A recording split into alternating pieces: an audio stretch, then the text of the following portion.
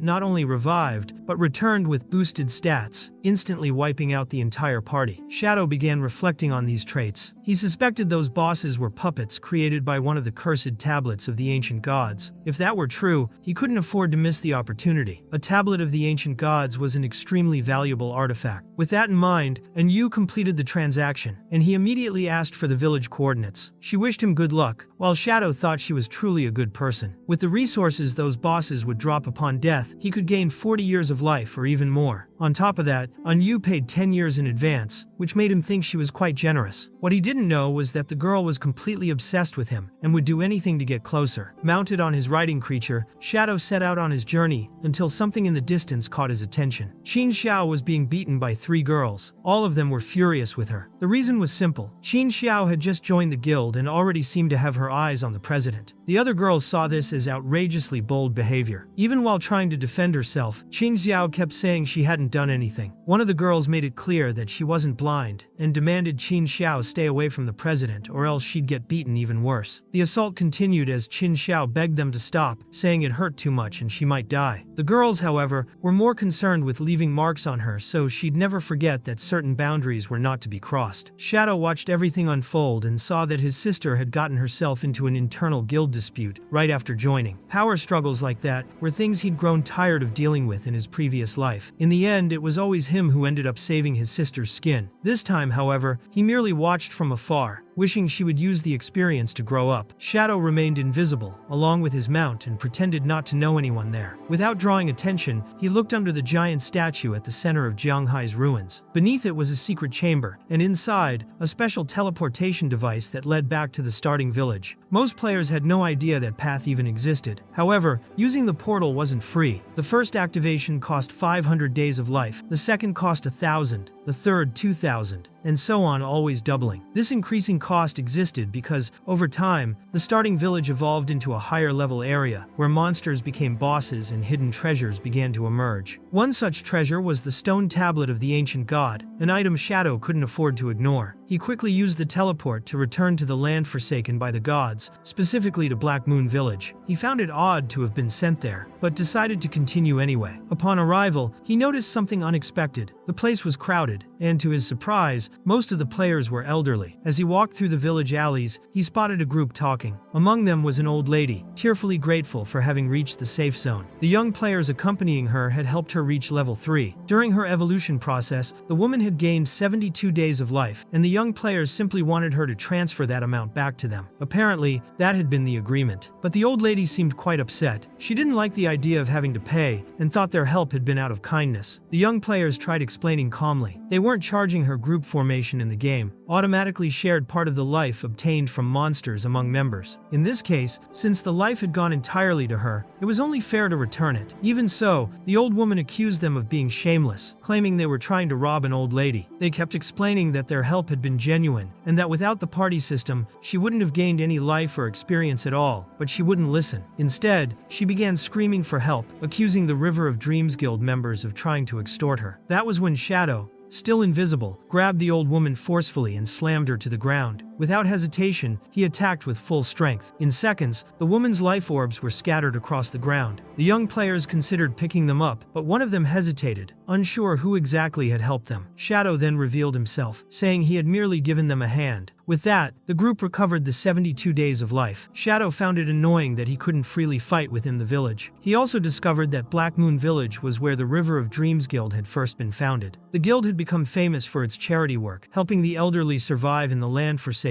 by the gods. Over time, it gained official support and recognition. In terms of members, it was now the largest guild in China. In such a chaotic world, players like them truly made a difference. The scene then shifted to an ongoing battle. The player Chu Yan was fighting alongside her parents. The girl asked her mother to use a lightning spell, and the woman cast it straight at the monster. Chu Yan's father, wielding his sword, finished the creature off with a direct strike. Together, the three managed to defeat the enemy. Chu Yan was amazed by her parents' strength. As they walked, her father asked if it was true that her friend Qin Xiao had really joined the Templar Guild. He had heard rumors that the guild imposed heavy taxes on its members. Chu Yan confirmed it and added that she had even recommended Qin Xiao to join River of Dreams instead, explaining that it was a more supportive guild. Even so, Qin Xiao had refused. Now, even after reaching level 10, Qin Xiao was just another player the Temple of Knights had helped. Chu Yan's father thought that wasn't enough. According to him, despite her progress, Qin Xiao was still just a disposable tool. Chu Yan mentioned hearing that the contract with the Temple of Knights lasted 3 years, and anyone anyone who signed it basically became an indentured servant for that entire time. Shuyan's mother believed it was much smarter for someone without special abilities to focus on defeating weaker monsters, slowly accumulating life and experience just like their family was doing together. Shuyan understood her parents' point of view, but Qin Xiao considered herself special because she had a secret class. In that regard, she truly was superior to the other three. Suddenly, several arrows were fired toward Shuyan's family. Her father was hit and died instantly. The attacks came from a group of thugs who were amused by the situation, mocking the strength of the Dream River Guild. They believed no one there was powerful and called everyone trash. One of the attackers, noticing there were only 2 women left, began demanding that they hand over their tradable life points. Shuyan couldn't understand what was happening. Up to that point, killing outside of cities was forbidden. She wondered if those men weren't afraid of being hunted down, but the bandits didn't care about the rules. The archer in the group, confident that he would never be found, gave the 2 women 3 seconds to surrender their life points. Shuyan's mother began accessing the system panel, but Shuyan didn't want her to do that. She begged her mother to call for help through the guild channel. The bandits thought Shuyan was joking and decided to kill her mother first, just to scare her and have more fun. But when one of them stepped forward to attack, Shadow's wolf suddenly appeared and bit the man like he was a piece of meat. Shuyan was startled by the sudden appearance. One of the other bandits, barely able to see because of the hair covering his face, was confused by what had just happened. However, within seconds, he lost his head literally, and Shadow was holding what was left of it. The long-haired man finally realized who was behind the attack. After dying, the bandits respawned elsewhere. The long-haired one was furious and couldn't understand why his lifespan had dropped so drastically. They were unaware of the flower ability's existence. His life force was draining away grotesquely, and he panicked, desperate to hunt monsters quickly to recover time. Before they could do anything, all of them were smashed into the ground and restrained. Official hunters had appeared. They were aware that this group had been looting and killing players around the world. The hunters demanded that the bandits hand over their real-world information, as they were to be arrested according to global laws. If they resisted, their remaining lifespan would be drained on the spot. The scene then shifted to Chu Yan, who was thanking Shadow. Thanks to him, her mother hadn't lost her tradable life points. Shadow hadn't expected that his sister's friend would be such a kind girl. Chu Yan had a gentle heart and was brave, very different from Qin Xiao. He didn't even know how the two had become so close, but he was glad to see they were following different paths. Then, Chu Yan saw an orb lying on the ground, and realized it was the life her father had dropped when he died. Her mother, looking around, noticed that Shadow had vanished suddenly. She was curious, wondering what had happened. Deep down, Chu Yan would never have imagined that the legendary Shadow, the world's top-ranked player, could be so generous. Soon after, a group of people appeared confused. They had received a report from Captain Anyu that Shadow would arrive within minutes, but they still didn't know what was going on. Some began to question whether Shadow could handle the bosses inside, since those bosses had the ability to resurrect. Suddenly, Shadow appeared. He remembered that the ancient god's stone tablet granted special bonuses and unique purposes to equipment. If he was lucky, the bonus could even alter the characteristics of his class. There was a rumor that the world's 7th best player had once summoned 7 stone tablets during a battle, allowing him to call forth a projection of the ancient god to defeat a legendary boss. These bosses, created by the stone tablets, had unique mechanisms. Each one possessed a special ability. Sometimes, they became so invisible that a player could die without ever realizing why. In other cases, the real boss was actually a hidden summon somewhere in the area when that happened. The main boss would just keep resurrecting endlessly. What was known was that when defeated, each boss returned with an accumulated rage attribute. If they were killed one by one, they would all revive stronger. But Shadow didn't know what would happen if he killed them all at once, and that was exactly what he intended to test now. Before starting the fight, Shadow decided to equip the Devout Pendant, wanting to test it with a summoned devotee. He made the summon right away, and ordered the devotee to attack the bosses before him. However, the devotee was killed instantly. All of those bosses were level 10, lacked any reflection effects, and their stats were about twice that of an ordinary gold tier boss. In response, Shadow used the Night Circular Blade along with the Throat Slash, executing both attacks simultaneously. He managed to eliminate all the enemies, but something puzzled him. None of the defeated bosses dropped any items. Then a new creature appeared, confirming his theory that killing them all at once was the correct method. The next stage of the challenge had begun. The new boss was gigantic, covered in mysterious symbols. Those markings belonged to the language of the ancient god. Shadow rearranged them and translated the words based on his prior studies. The translation revealed the name Utuos, the ancient god of calamity. Using that knowledge, he began attacking the boss's body parts in the order indicated by the symbols. He felt proud that he had invested so much time and money studying the ancient god's language to explore such ruins. During the battle, Shadow dodged the boss's blows blows and destroyed its body parts one by one. When he finally defeated the colossal enemy, several crates emerged from the water. Each crate bore a symbol corresponding to a monster. He understood that he had to kill each enemy near the crate with the matching symbol. Scanning the scene, he finally spotted the ancient god's stone tablet and realized he had reached the final stage. Without hesitation, he decided to finish the job. A sudden tremor shook the area, and Yu's team didn't understand what was happening. They thought the area boss might have entered rage mode and wondered if they should check on the situation. At that point, no one had realized that Shadow was already there. They wanted to locate him, but when they arrived, the ground was cracked open. They even speculated that the boss might have been crushed by the earthquake. Then Yu informed everyone that they could fall back. Shadow had defeated the boss. The news left everyone stunned. They had doubted his ability, but now they saw that in just 10 minutes, he had solved the entire crisis without anyone even witnessing how. They couldn't comprehend how he had managed to kill the bosses that could revive. Only then did they understand why the higher-ups had summoned Shadow. The scene then shifted to Shadow, who was holding the ancient god's stone tablet. He reflected on how fruitful the adventure had been. He had reached level 14, and the 7 defeated bosses, combined with the Greedy Hands effect, granted him 294 evolution points. On top of that, he had obtained the stone tablet, an extremely rare and powerful item. From the way it worked, Shadow believed the developers wouldn't realize how broken it was for at least a month. That tablet contained the cursed power of Euthos, the ancient god of calamity. When applied to a piece of equipment, it added a curse that granted a random bonus based on the item and the user's class, but also imposed a negative effect. Shadow decided to apply Euthos's curse to his Frosthide leather armor, which possessed the Black Flame Blessing effect, an emerald tier ability that reduced a target's defense and elemental resistance by up to 35%. After applying the curse, the bonus granted increased the maximum number of Black Flame stacks to 15. The downside was that the equipment's base attributes were reduced by 31%. Still, as expected from a plate of the ancient god, Shadow believed that the positives far outweighed the negatives. At that moment, he also evolved a skill called Instant Shadow Strike, raising it to the legendary level. Now, each slash made with this skill granted him a shield equal to 100% of his maximum health, stacking up to 9 layers that lasted for up to 1 minute. Shadow's survivability had skyrocketed. The way things were going, he believed he could reach level 15 inches just 5 hours. For that reason, he decided to head toward the Magic City. As he passed by the girls who were beating up Qin Xiao, he was surprised to see that they were still fighting. It made him think those women were truly relentless. Meanwhile, they continued insulting Qin Xiao with every curse imaginable. One of them got tired of hitting her, and the other's hand was burning from the repeated blows. They decided to stop there, saying it would serve as a lesson. Before leaving, they even spat on the girl lying on the ground. Qin Xiao was being humiliated cruelly. Trembling, she struggled to get up. Deep down, she blamed her brother for everything that was happening to her. She believed it was his fault just because he had taken seriously her words about wanting to cut ties. In her mind, men were supposed to know that women always said the opposite of what they felt. Even so, Qin Xiao felt relieved that she had signed a contract with the Sanctuary of Knights. With that contract, she didn't have to worry about survival for the next 3 years, even though she had lost 50% of her lifespan. To her, that didn't matter. The most important thing was that she believed she would grow faster than Chu Yan. Using her holy healing skill, she promised herself that when she reached the top, everyone who mocked her would pay the price. She wanted Qin Feng to wait for her, and she wanted revenge on those women as well. But the reality was that she was still extremely weak, and in the end, it had been a waste for her to receive a hidden class. She was so useless that she ended up making a grave mistake. She accidentally used her regeneration skill on Shadow himself, completely surprising him. When she realized the mistake, she was completely drained. Still, she wanted to understand why her holy healing magic hadn't worked properly. Meanwhile, the scene shifted to the ruins of the Magic City, where a team was fighting a gigantic monster. Xian Shishi was there with 2 young men, watching the battle. Once again, she criticized the men of Daxia, complaining that it had taken 18 of them to fight a single boss. She called them a bunch of cowards. One of her companions asked her not to speak like that, reminding her that the team was fighting for their sake and at least deserved gratitude. Xian Shishi found his attitude cute, but still despised the men of Daxia, judging that they dealt too little damage. When the boss's health bar got low and the players prepared for the final strike, Tony suddenly appeared and used his spear to stab one of the men from behind. He thanked them for their help and mocked the whole group, calling them weaklings. They had been hiding until then, just watching. That was when the players realized they were facing the Ace of Spades gang, a group known for being led by a mysterious woman from Daxia who traveled with foreign mercenaries. The players were outraged outraged that she brought outsiders to kill her own people. Still, the team didn't hesitate and charged at the gang. Seeing their willingness to fight, Qian Shishi grew irritated that they still dared resist. She declared that they would all die right there. One of her companions used the Thundershock skill, while Qian Shishi drew her twin daggers and attacked. After defeating her opponents, she boasted that they were all weak. In her view, the Daxia government had leaked their information, but she didn't care, considering that country a dump full of garbage. She believed that ordinary players would never stand a chance against them, since her group had real-world backing. As their identities were still protected, she decided it was wiser to leave Daxia and move to North America. Once there, she wanted to found a guild with a single goal to hunt down the pigs of Daxia. The foreign mercenaries liked the idea and asked what name she would give the new group. Qian Shishi then chose the name Alice's Wonderland. She felt she had done enough for the day and decided to log out of the game to celebrate. She really wanted to celebrate the founding of Alice, saying she would even hand out free snacks. The scene then shifted to Anyu, who was talking with Shadow. She had received an offer regarding the price of the hideout and wanted to know if he could negotiate right then. Shadow asked how much they were offering, and Yu replied that the initial offer was 1,500, which he found far too low. She knew that as well, so she kept pushing until she managed to raise it to 2,000. Shadow found that amount more acceptable and said he would meet her at the central statue in the ruins to close the deal. At the same time, he thought Anyu was too clever and suspected she might be trying to take advantage of him. The scene shifted to the meeting place with Anyu. She was already there, surrounded by several heavily armed soldiers, all well equipped. And Yu looked a bit embarrassed, not wanting Shadow to feel uncomfortable about the situation. She explained that she had accumulated too much lifespan, and that made the higher authorities nervous, so they sent an escort to protect her. However, Shadow didn't mind at all. He knew those people had no idea of his true power. Deep down, he was sure that the soldiers around Anyu couldn't withstand even two of his skills. They completed the transaction as agreed. Shadow handed her the key, and Anyu was thrilled to hold it in her hands. She looked at it as if it were a sacred relic, marveling at what it represented. Without wasting time, Shadow turned around and announced he was leaving. The soldiers, upon seeing the absurd amount of lifespan transferred to him, were stunned. However, Anyu knew the hideout was worth every second of lifespan, as it could safely shelter hundreds of people. Shadow believed that payment had come at the perfect time. He could now use that lifespan to prepare himself before heading to the Magic City. Without delay, he began extracting various abilities from the game into the real world. Even though he couldn't bring any physical equipment, all his skills and levels were perfectly synchronized. At that point, his strength in reality was almost identical to that in the game. Then the system alerted him that his hunger had reached 90%. He realized he hadn't eaten for too long and needed to feed immediately. Responding to the warning, he logged out of the game and woke up in the real world. But when he opened his eyes, he noticed something strange. There were metal bars around him. A strange-looking man noticed that he was awake and quickly called the boss. Soon, the gang leader appeared. He wanted Qin Feng to hand over his accumulated lifespan. If he refused, he would suffer the same fate as the other victims in the hotel. Those men were enjoying the chaos of the apocalypse, taking advantage of the situation to kill whoever they wanted. Qin Feng just watched silently. His calmness infuriated the thugs even more, who began threatening to kill him if he didn't comply. As Qin Feng remained motionless and silent, the goons began to think he had gone catatonic. But suddenly, they were struck by one of Qin Feng's devastating abilities, which wiped them all out instantly. The destruction was so great that the entire hotel collapsed. And as the debris fell, Qin Feng calmly ate his bowl of noodles. He knew that the more power he brought into the real world, the more energy his body needed. At his current level, ordinary food was no longer enough. Once he finished dealing with Qian Shishi and her guild, he would need to find the Codex of Divine Grace. The biggest problem was that Qian Shishi was extremely cunning. Tracking her down was even harder than finding Song Fei. Riding his creature, Qin Feng reflected on the mission he had accepted, the one to kill himself. Now, he could use that mission as bait to lure Qian Shishi out. However, his hunger was becoming unbearable. He needed to reach the Magic City as soon as possible, and hopefully find something to eat along the way. The scene shifted to the Magic City. Qian Shishi was praising all the men around her. They had been incredible for her. After that intense session, she felt satisfied and just wanted a deep sleep. She was excited to log back into the game, feeling refreshed, even though she was trembling from having handed out so many snacks. The men around Qian Shishi thought she was incredibly fun. Some even had to help her walk since she had worked too hard. distributing snacks. Suddenly, she received a message saying that Shadow had reported Qin Feng's death. He said he would meet her in the Magic City to deliver Qin Feng's head and collect the rest of the payment. Qian Shishi thought meeting Shadow in person was extremely dangerous, so she replied that there was no need to meet, he could simply send a photo of the head. At that moment, she began to suspect that Shadow might also be against the government. The crackdown on them had worsened significantly in recent weeks. She believed that if she could lure Shadow into joining the Alice's Wonderland Guild, the people of Daxia, whom she considered pigs, would no longer stand a chance. With that in mind, she sent the coordinates to a subordinate and explained that she wanted to meet Shadow inside the game. Her plan was to stage a fake scenario to test his loyalty and find out which side he was really on. Then, she sent a message to a man named Tian Xingjian and offered him a job, promising the reward would be generous. The scene then shifted to Shadow, who had just received messages from Qian Shishi's subordinate. He immediately realized she was incredibly clever and noticed that the coordinates she sent led directly to the Phantom Academy. Since he wasn't far from the area, he decided to log into the game right away. He wanted to see with his own eyes what tricks she had prepared. The narrative then moved to the ruins of the Magic City, inside the Phantom Academy, where the royal hunters were confronting the former Ace of Spades gang. They were demanding the group's immediate surrender. However, Qian Shishi summoned Tian Xingjian and ordered him to loudly declare that this group was no longer the gang, but the new Alice's Wonderland Guild. She made it clear that the guild's main goal was to wipe out the entire population of Daxia since, to her, they were nothing but pigs. Her audacity caught the attention of several of the men present, who warned that the Daxia government would make her pay dearly for her words. Even so, Qian Shishi showed no concern. She provoked the hunters, taunting them to attack, since all of it was part of her plan to observe Shadow's reaction. On the other side, Shadow recognized Tian Xingjian, a bespectacled man known as a traitor. In the game Shen Qi, he had betrayed the nation